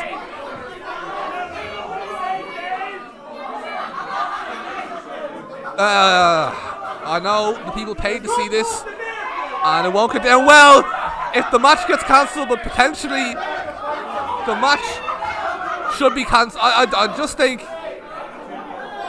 maybe we give it a bit of time. Just, I don't know,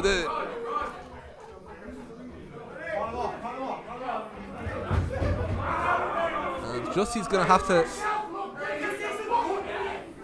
Justy is gonna have to.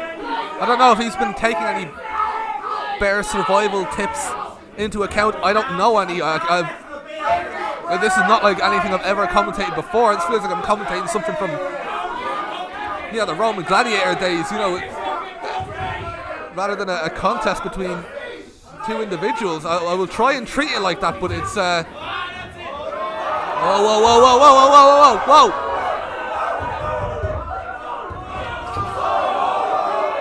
Okay, Justy managing to survive in the first minute. Whoa, whoa, whoa, whoa!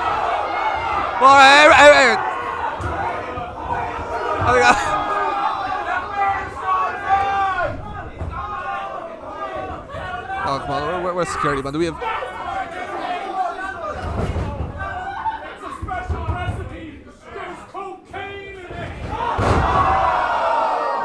And the bear certainly getting the upper hand. I mean, we haven't seen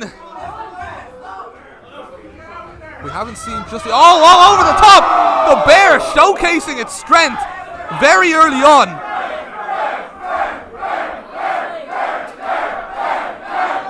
I mean, this is the thing about the bear. I mean, what sort of strategy is the bear going to have? Is he going to target the leg, the neck? I mean, Justy obviously has suffered injuries to his neck previously. Will the bear target that? Will the bear just decide to eat him? You know, there's must be a lot going through the bear's head in terms of what sort of strategy it might implement. But whoa! Justy's gonna want to be careful. And there he goes, arm eating there, and a bear hug. That's a signature move. And look how quickly the life has been taken out of Justy. That's... Whoa. This is the match. Alright, this is it. Alright, throw this out. Alright, the bear 1-0. You know, great performance and all that, but I think this needs to end.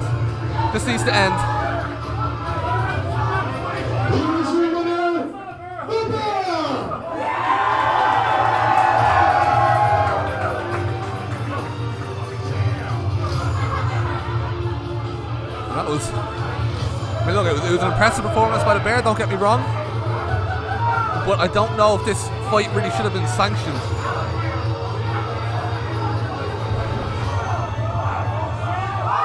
Phil, I don't know if that's the wisest move. I don't think that's the wisest move, Phil. You probably could have just left. Potentially leaving would have been a better idea. It's a chair. Like a bear isn't gonna. Phil, man.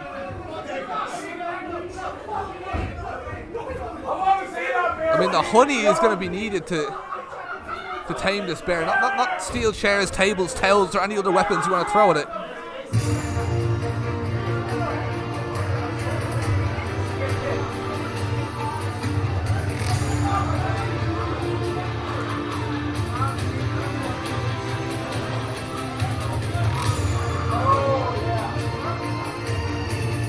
Okay, good. It looks like the bear has been tamed. Hopefully it can make its way to the curtain, which I want to be nowhere near.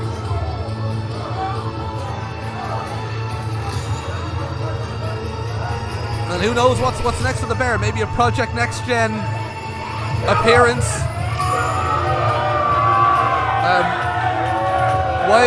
He's not exiting the ring. He's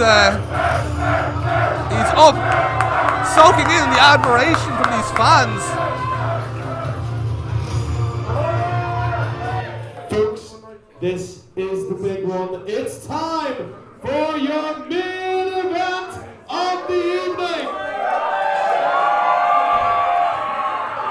The following contest is a singles match, and it is scheduled for what for? And it is for the Irish Junior Heavyweight Championship. Folks, this is the big one. It's the bull against the buzzer. Without any further ado, introducing first.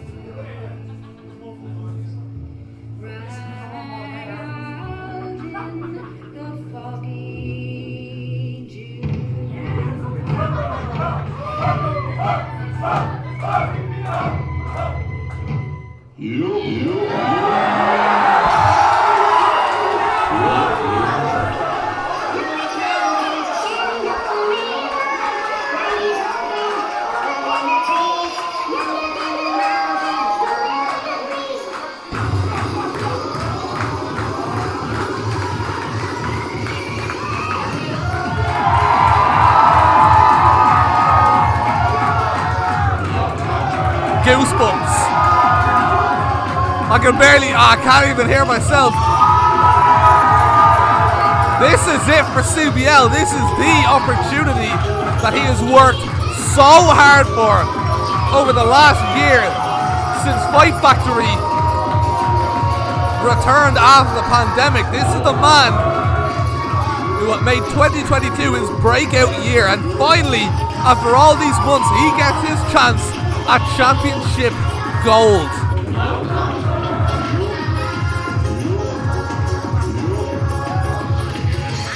And there's no points for guessing which wrestler the fans want to see win the big one here tonight. This is something where this time a year ago, if you thought that CBL was going to be in this position, people would have called you crazy. But when no one else believed in CBL, when CBL was seen as a punchline, a comedy character, the one person who believed in CBL was CBL. And he tested himself against the best. We saw him battle against LJ Cleary, Martin Steers, everyone. We've seen him go through wrestler after wrestler and showcase a whole new side of himself. He got serious when it mattered. And as a result, he is here in the main event of episode 26 for Irish Junior Heavyweight Gold.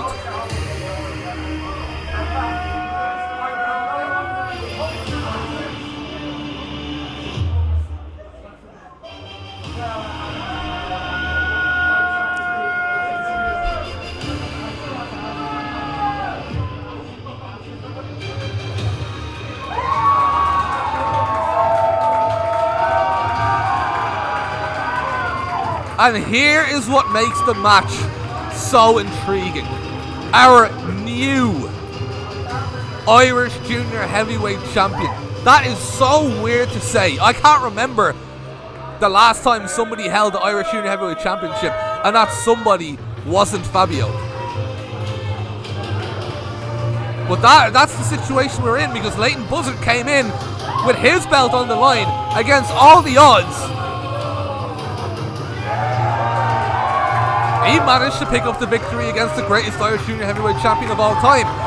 And now Leighton Buzzard embarks on his journey to try and become the greatest Irish Junior Heavyweight Champion of all time himself. Well, you know, is that going to happen? Is that what we're in for? Is it going to be a Leighton Buzzard title run that goes on for years and years, one that goes down in history, or will it end in one night? Will it end at the hands of CBL?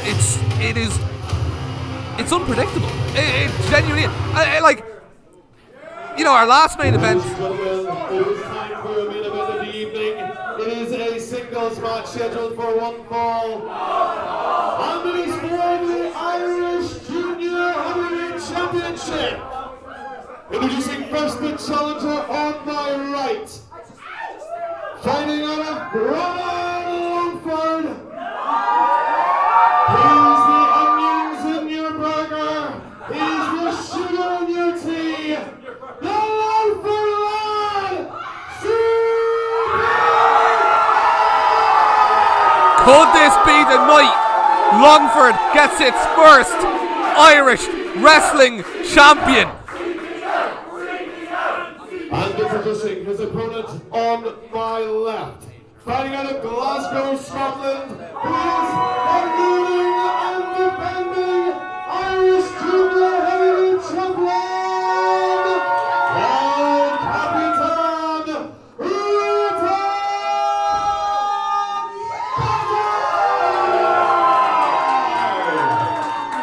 You know, it's a mixed reaction for Leighton Buzzard because, you know, he's respected by the fans. Everybody knows what he's capable of, but he's coming in here and he's taking on somebody, genuinely the most popular wrestler in Fight Factory Pro Wrestling.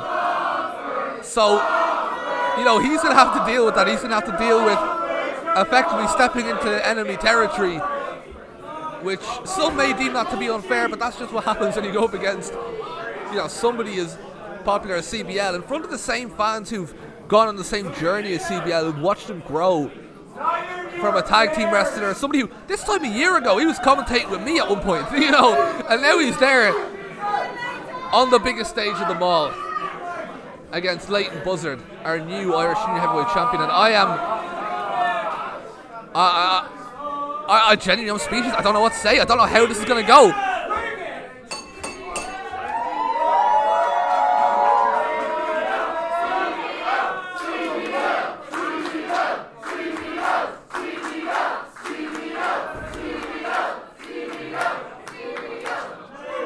It'll be interesting to see how this one starts, who engages first. The feeling out process and such, but it's you know, this is an interesting one because I see people say that, you know, is this too early for CBL? is this too much too soon? You know, it's been a few very important months for CBL. Months where he's taken advantage of opportunities, months where he's defied the odds. But is there a limit? Is it too soon? You know, is CBL's time a couple of years down the line more so than tonight? And then there's others who say, no, tonight is the night. Tonight is the night that CBL is ready. Some view this new Irish Junior Heavyweight Champion as almost an opportunity. I mean, it's somebody who is not undefeated in Fight Factory Pro Wrestling. Somebody whose official Fight Factory Pro Wrestling record is 1-2. Now, I'm underselling him. I mean, this is a man who's ICW World Heavyweight Champion as well as Irish Junior Heavyweight Champion. This is somebody who's beaten opponents in countless countries all across Europe. Now, Leighton Buzzard is as talented as they come these days. You know, this is.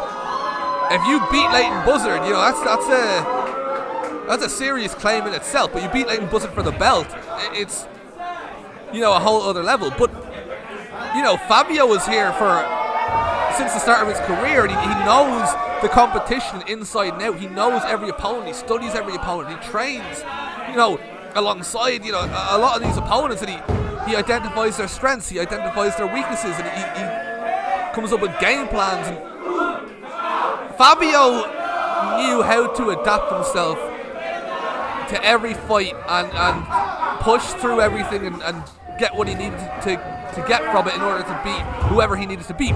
Does Leighton Buzzard know what CBL is capable of? Does Leighton Buzzard sit down and study CBL in the same way that somebody like Fabio would have? You know, there's every chance here that Leighton Buzzard might not even be aware of what he's getting into with CBL. As talented as Buzzard is, that's why this fight is just so unpredictable. You also have to take into account what Leighton Buzzard had to go through in order to beat Fabio. You know, that fight in itself, you know, in combat sports, usually you'll see fighters taking, you know, months off in between fights to, you know, recover and to train for the next one. Wrestling's a whole different beast. Wrestling, you're expected to just go in there and go again. It's only been 1 month since Leighton Buzzard managed to pull off something that nobody else in Fight Factory was able to pull off, a victory against Fabio and a changing of the title. But Leighton Buzzard defied the odds and he got it done. However, is he going to be able to physically hold up against, especially somebody as physical as CBL? This is something we're going to see from CBL. His strength, his power, his physicality is something that very few in Fight Factory Pro Wrestling are able to match. And I don't believe that Leighton Buzzard matches it. I don't believe Leighton Buzzard matches CBL's strength and physical dominance. I feel like Leighton Buzzard's strengths are in other aspects of his game.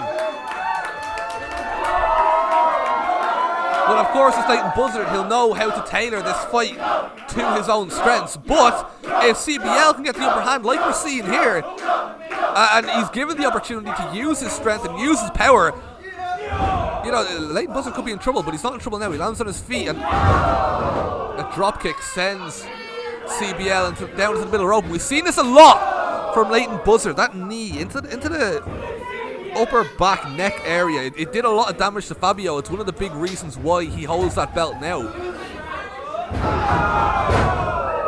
You know, the best wrestlers are the ones who have, you know, a certain number of moves that they just perfect. You know, it might not be the finisher, it might not be the one that puts his opponent away, but it's something that will grind down an opponent physically and wear them down over the course of the match. So when the time comes to hit your finisher, you know, that's it, they're done. And that running knee to the back, that does a lot of damage.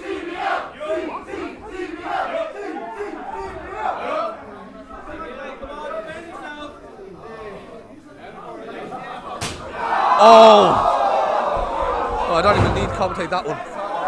I'll let the noise of that chop do the talking. Another thing worth pointing out about Leighton Buzzard is momentum. You know, that's so important in wrestling and combat sports generally. Momentum. You know, you get one win, you get another, and it all builds on each other. Whereas, you know, the same could be said in reverse. You know, when somebody loses and they're mentally dealing with the last loss, they fight again, they lose again. Leighton Buzzard has all the momentum in the world behind him. He is, even as he's taking all this punishment from CBL, he fights back. He hits back with a lariat, knocking CBL off his feet. And I mentioned the strength advantage being CBL's. Perhaps I'm underselling Leighton Buzzard's physical dominance as well, but you look at CBL, you look at Leighton Buzzard. The momentum, I suppose you could argue that CBL has momentum himself, but the momentum that comes with beating an Irish junior heavyweight champion, the greatest Irish junior heavyweight champion of all time. Yeah, you have to imagine the confidence that gives any wrestler. You'd feel invincible after pulling off a result like that.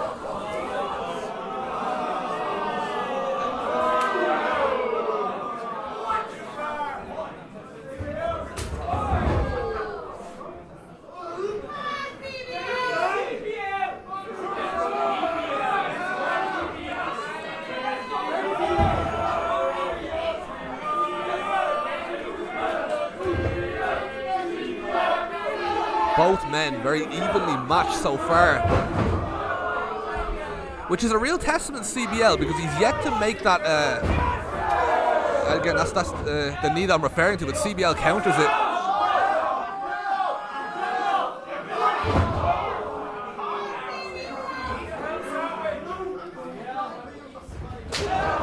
Oh, Leighton Buzzard with a kick to the midsection, dropping. Ah, this is a standing build. It's the combination. This is what Leighton Buzzard does so well.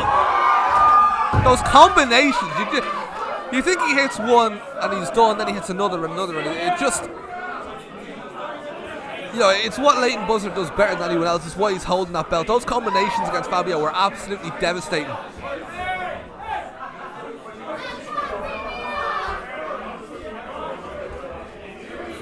But another thing to point out about Leighton Buzzard as well is the fact that he's so well travelled around Europe, and CBL can't quite say the same. He's made a massive name for himself here in Fight Factory, but I feel like with every match that you have abroad in a new country, with new opponents, with new styles, it makes you a more well-rounded fighter. It prepares you for the big occasions such as this a lot better, and that's an advantage that Leighton Buzzard is going to have over CBL.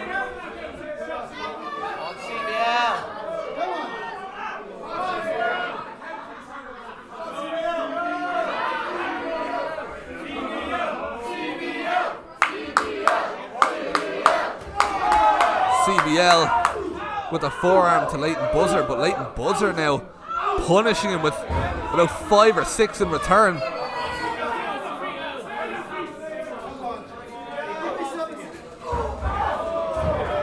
One thing you'll have to say about CBL is that he's very hard to put away. CBL, it's hard to imagine Leighton Buzzard in terms of how he's going to put away CBL. He's one of those fighters where it's difficult to imagine him getting beaten. But that's the beauty of this fight. Somebody's going to lose. We just don't know who it's going to be. Could it be CBL? Could it be Leighton Buzzard? We're just going to have to wait and see. But so far, both men showing what they can do. CBL not wasting any time going from corner to corner, and Leighton Buzzard almost looks a bit disorientated here, and CBL going up to the top turnbuckle, off the top, missile drop kick, and Leighton Buzzard kicks out with 2.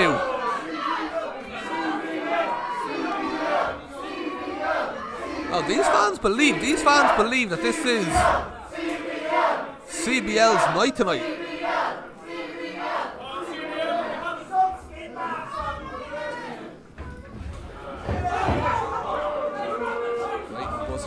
Putting CBL back onto that middle rope, and again with the knee.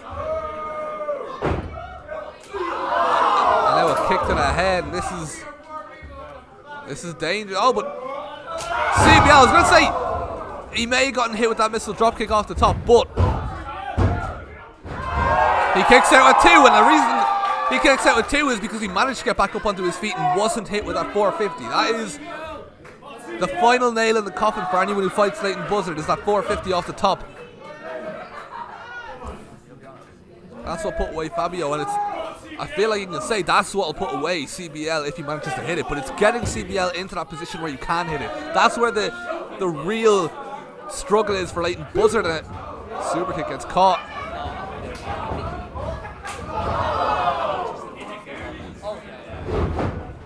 And again, Leighton Buzzard with that same combination.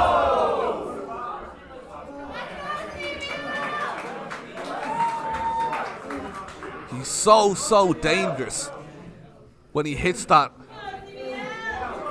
how he wants to. He's so dangerous when he hits that combination with precision. It's really on a whole other level. And springboard moonsault off the middle turnbuckle, but CBL counters it. And Leighton Buzzard kicks out with 2.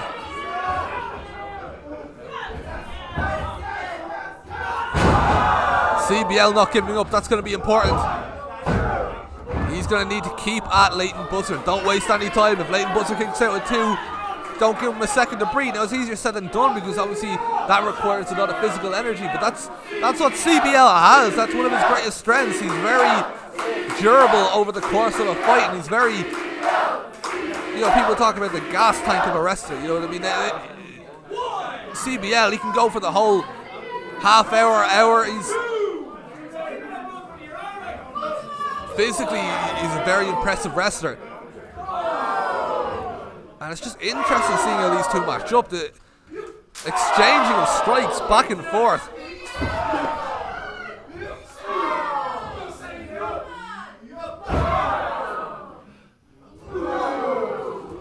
Oh, an uppercut from Leighton and a slap and a chop, and that's really the difference maker. Changing up the strikes instead of exchanging the same ones back and forth that can be red. But in comes CBL, intercepting Leighton Buzzard out of nowhere.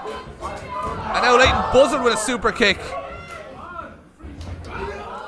Oh, and a sit out. Oh, that was it. I thought that was it. CBL still in this. He kicks out a 2.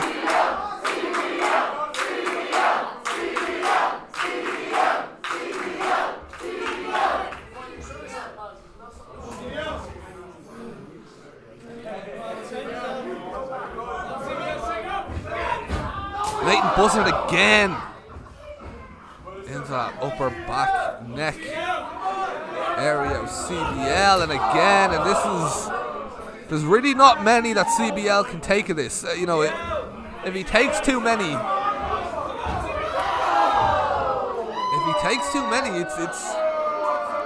he's gonna be out. It really is as simple as that.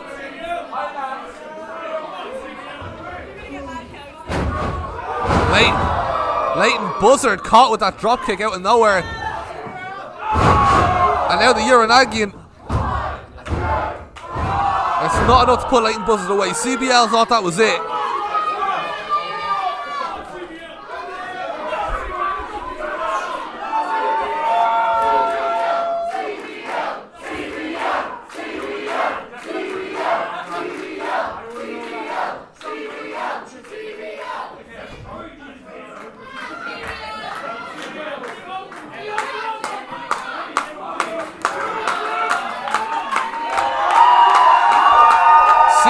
Going up to the top turnbuckle. He's going to want to be careful. I mean, he's quite tall. His head hit the ceiling, and CBL missing the target. And Leighton Buzzard from behind again. There's only so many of those that CBL can take, and he lays them out. Leighton Buzzard could be going for what we've seen from Leighton already. Could be going for that 450. And that's it.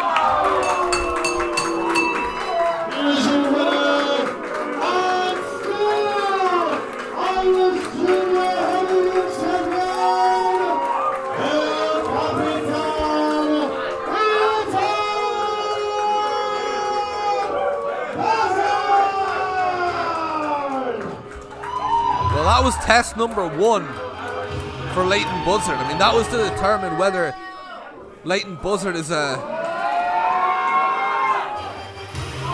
flash in the pan or if this is going to be more of a long-term thing. You know, and it really does look like Leighton Buzzard, if he can beat CBL and beat Fabio, I mean, he can beat pretty much anybody in this roster. So whoever wants to come in and step to Leighton Buzzard and try take him out, you know, you're going to have to, this is going to be a tough test for the Fight Factory roster. They're really going to have to pick their moment and train and strategize and do all the things you need to do before a big title fight, because this looks like this is going to be another long title run, I have to say.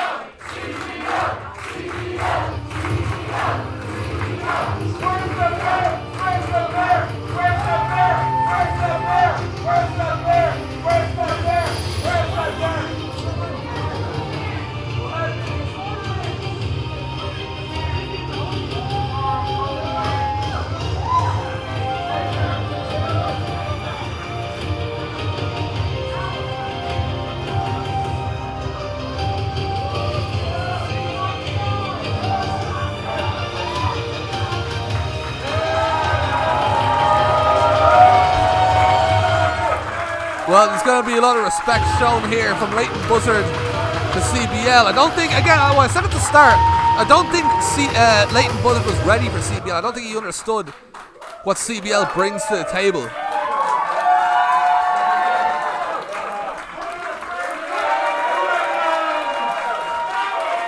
But there is a lot of mutual respect there, of course.